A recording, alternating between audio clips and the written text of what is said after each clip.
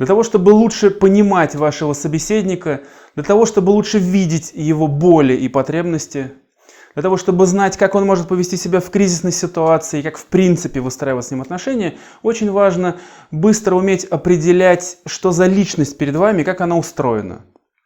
И первое, на что стоит обратить внимание, это уровень организации личности. То есть, кто сейчас перед вами находится? Невротик, пограничник или психотик?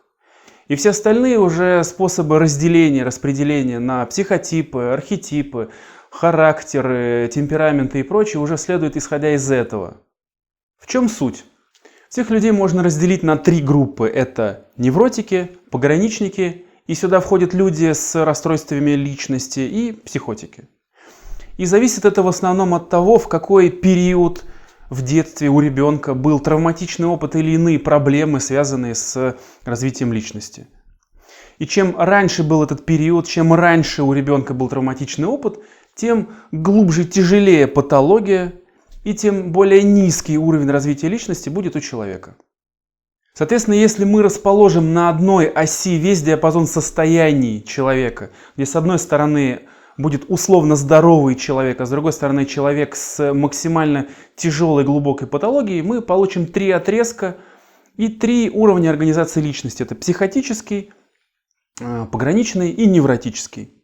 И соответствующие им 3 периода жизни ребенка, 3 периода развития личности ребенка. Это от рождения до 1,5 лет и тип психотик.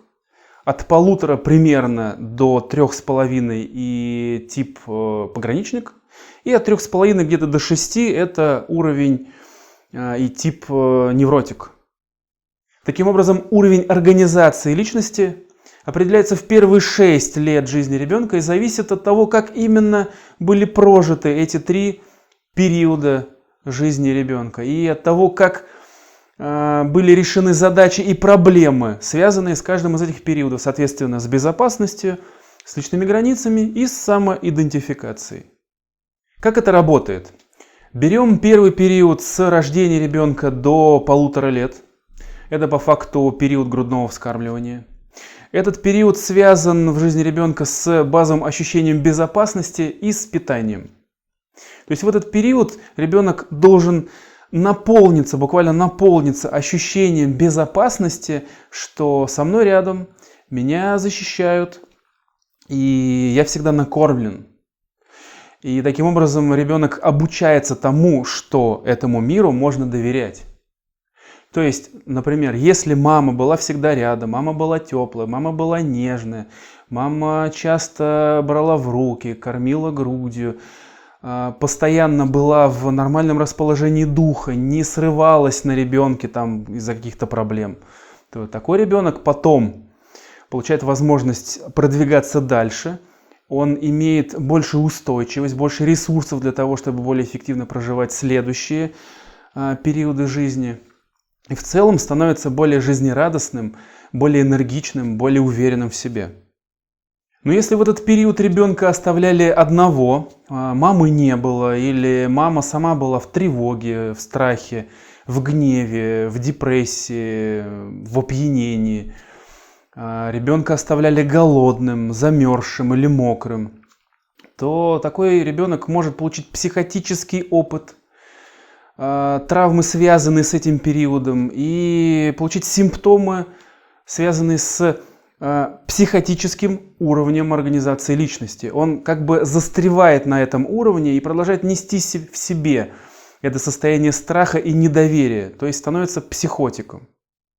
Следующий период с 1,5 лет до 3,5 лет связан с личными границами и с сепарацией, то есть со способностью отсоединять свое «я» от внешнего мира и от родителей. То есть в этот период они должны научиться отделяться от родителей, научиться самостоятельно защищать свои личные границы, проявлять свое «я», свою волю, свою самостоятельность и исследовать личные границы других людей.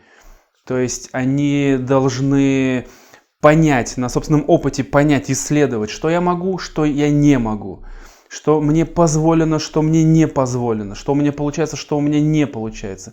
При этом они должны чувствовать, что где-то рядом есть мама и папа, которые, в принципе, если что, поддержат и защитят.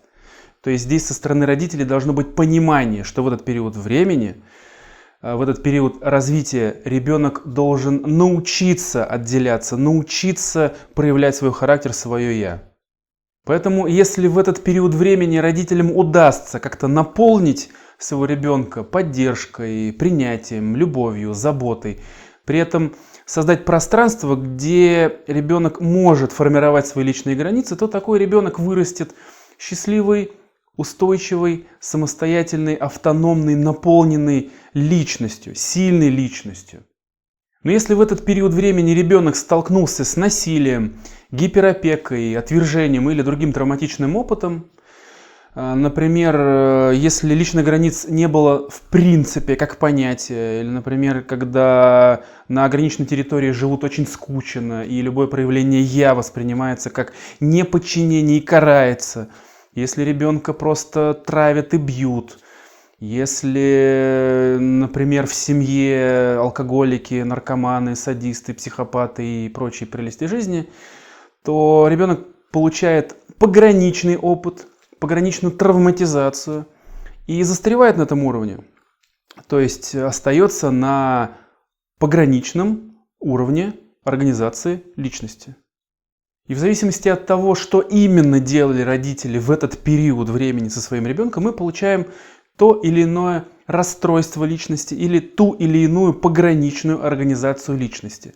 Получаем пограничника и проблемы, связанные с восприятием собственных границ, восприятием своей личности и с нарушением личных границ других людей. Период с 3,5 до 6 лет тесно связан с проживанием так называемого эдипового комплекса. В этот период у ребенка заканчивается формирование идентичности, то есть понимание, кто я, какой я, каким я должен быть, каким я не должен быть. То есть формируются некие ориентиры поведения, нормы морали, нравственности, идеалы, модели мужественности и женственности. Если навязанные в этот период времени воспитанием нормы морали, правила, какие-то ограничения, запреты, модели, как правильно, как неправильно, не соответствуют внутреннему ощущению ребенка, как он хочет, это некий конфликт между «хочу» и «должен», то мы получаем невротическую организацию личности. И симптомы, связанные с этим внутриличностным конфликтом, симптомы, связанные с хроническими эмоциональными переживаниями и хроническим напряжением. Это постоянное переживание стыда, неуверенности в себе, обиды, вины, страх, что тебя похвалят, страх или не похвалят, что тебя отвергнут или примут и так далее. И, соответственно, если невротик прорабатывает максимально все эти внутриличностные конфликты, он приближается к условно здоровому человеку. В стрессах, в критических ситуациях и под нагрузкой уровень организации личности может падать. То есть невротику может стать совсем тяжело, он может даже прогуляться на пограничный уровень. Пограничник может совсем потеряться и заглянуть на психотический уровень. Ну а психотик здесь ограничен стационаром. При этом психологи, психотерапевты и психиатры работают над тем, чтобы этот уровень организации личности поднять, наоборот. То есть с психотиками работают над вот этим базовым ощущением поддержки, безопасности и доверия к миру. Пограничников учат, как правильно выстраивать границы с другими людьми и защищать собственные границы. И вообще лучше чувствовать себя и других. Ну а невротикам помогают в разрешении их внутриличностных конфликтов. При этом внутри каждого уровня организации расположен весь спектр состояний от устойчивого, хорошо адаптированного до тяжелого и полностью дезадаптированного. При этом, например, хорошо социально адаптированные, скомпенсированные пограничники могут быть вполне более успешнее, чем социально адаптированные невротики. Например, там, где нарушать личные границы других людей важно, нужно и прибыльно. Например, в бизнесе, в политике, в спорте и так далее. Можно, например, посмотреть, кто входит в список Forbes. Психотики могут быть очень востребованными, например, в науке и искусстве. Можно обратить внимание на Сальвадора Дали, на Ван Гога и на других одиозных персонажей. Ну, а невротики, социально адаптированные невротики, более успешны там, где важно уметь выстраивать глубокие, теплые, длительные отношения. И со стороны отличить их друг от друга бывает сложно, но в некоторых ситуациях критически важно. Поэтому существует 3 основных критерия, как их отличать друг от друга. Это идентичность, это критичность и это тестирование реальности. То есть это как человек сам себя воспринимает, это способность критически оценивать себя и способность ясно воспринимать мир, ясно воспринимать действительность. Как это работает? Идентичность – это образ собственного «я». Это понимание, кто я и какой я. И у невротиков четкий, устойчивый образ собственного «я». У пограничника образ собственного «я» неустойчивый, незаконченный и иногда противоречивый. У психотиков образ собственного «я» размытый или вообще бредовый. То есть в разговоре невротик без труда может рассказать о себе. Рассказать про свои особенности, про свой характер, про свои черты. Какие у него сильные и слабые стороны, как он может выглядеть и восприниматься другими со стороны. Невротики также без проблем могут описать и прочувствовать других людей и рассказать про взаимоотношения с ними. У пограничника образ собственного «я» неустойчив, разорван и местами противоречив. То я ничтожный, то я грандиозный, то я тварь дрожащая, то я право имею и прочие качели. Поэтому он будет испытывать массу неприятностей, массу проблем в описании себя. Он будет всячески избегать вообще таких разговоров, этих тем. Возможно, он будет реагировать даже враждебно. Он может атаковать или обесценивать. Или даже может придумывать себе образ, за которым он будет прятаться. У психотиков нет какого-то четкого образа собственного «я». То есть, какой я и вообще существую ли я. Поэтому подобные разговоры будут вызывать в нем скорее состояние такого экзистенциального ужаса, страха и желания слиться с каким-то более понятным и четким образом, даже если это образ Наполеона, Жанны д'Арк или реинкарнации Ганеши.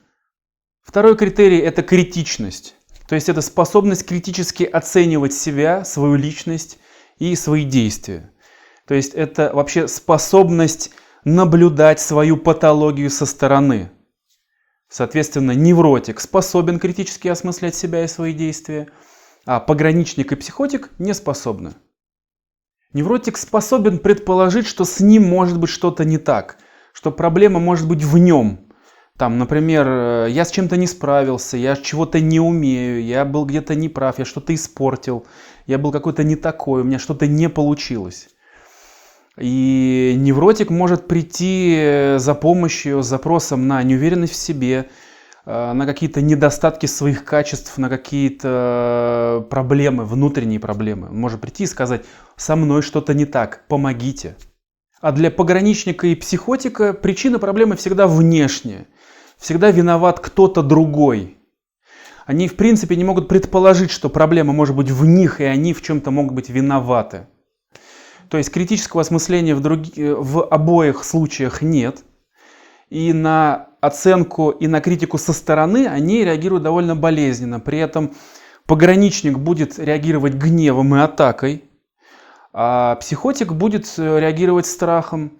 И в обоих случаях они не обратятся за помощью с формулировкой «помогите, со мной что-то не так». Скорее всего, они будут как-то озвучивать претензии, что в моей жизни что-то не так, потому что вот они плохие, а со мной все хорошо. И третий критерий – это тестирование реальности. То есть это способность различать, что реально, а что нереально. И в целом способность адекватно воспринимать этот мир, эту действительность. Соответственно, невротики находятся в надежном контакте с реальностью, они живут в этом мире и способны адекватно воспринимать этот мир без искажений. Пограничники живут в контакте с реальным миром, но из-за нестабильного и разорванного образа себя, из-за проблем с эмпатией и невозможности критически осмыслять, критически оценивать себя их восприятие реальности, их восприятие действительности тоже может быть искажено. Например, отсутствие восхищения и безразличия со стороны близкого ими может быть оценено, воспринято как отвержение и как предательство, как, например, это бывает у нарциссов. Психотики живут в каком-то своем мире. Они запутанные и неадекватные, контакт с реальным миром утрачен, восприятие действительности искажено, бред, мании, галлюцинации и прочие прелести. Их симптомы очень сильно зависят от наследственной предрасположенности, социальной среды и уровня травматизации ребенка. Итого, невротики имеют сформированную личность и четкое восприятие себя. Они способны критически оценивать себя и адекватно воспринимают действительность. И их проблемы в основном связаны с внутриличностными конфликтами между «хочу» и «должен». То есть они живут в эмоциональных переживаниях по поводу стыда, вины, самооценки, как их будут воспринимать другие, что о них подумают другие, могу ли я, хочу ли я и так далее. У пограничников восприятие собственного «я», собственной личности неустойчиво и противоречиво. У них отсутствует эмпатия и способность критически оценивать, осмыслять себя и свои действия. Они как бы гуляют по границе между невротиками и психотиками и заглядывают то в эмоциональные переживания, то в бред. То есть они одновременно и стремятся к близости, к отношениям, и боятся их. Поэтому отношения с ними очень похожи на качели или на американские горки. И все их проблемы в основном связаны с восприятием собственных границ и с нарушением чужих границ. Их внутренний раненый ребенок как будто бы до сих пор что-то пытается доказать своим родителям. Психотики не имеют четкого понимания себя и окружающего мира, действительности. Они не способны критически оценивать себя со стороны. И их проблемы в основном связаны с безопасностью, со страхом и с недоверием к этому миру. В отношениях они скорее стремятся к слиянию, как годовалый ребенок стремится к тому, чтобы слиться с мамой, чтобы почувствовать, наконец, себя в безопасности. При всем при этом в спокойном состоянии социально адаптированные невротики, пограничники и психотики могут быть практически неотличимы друг от друга, если не знать, куда смотреть и как проверять.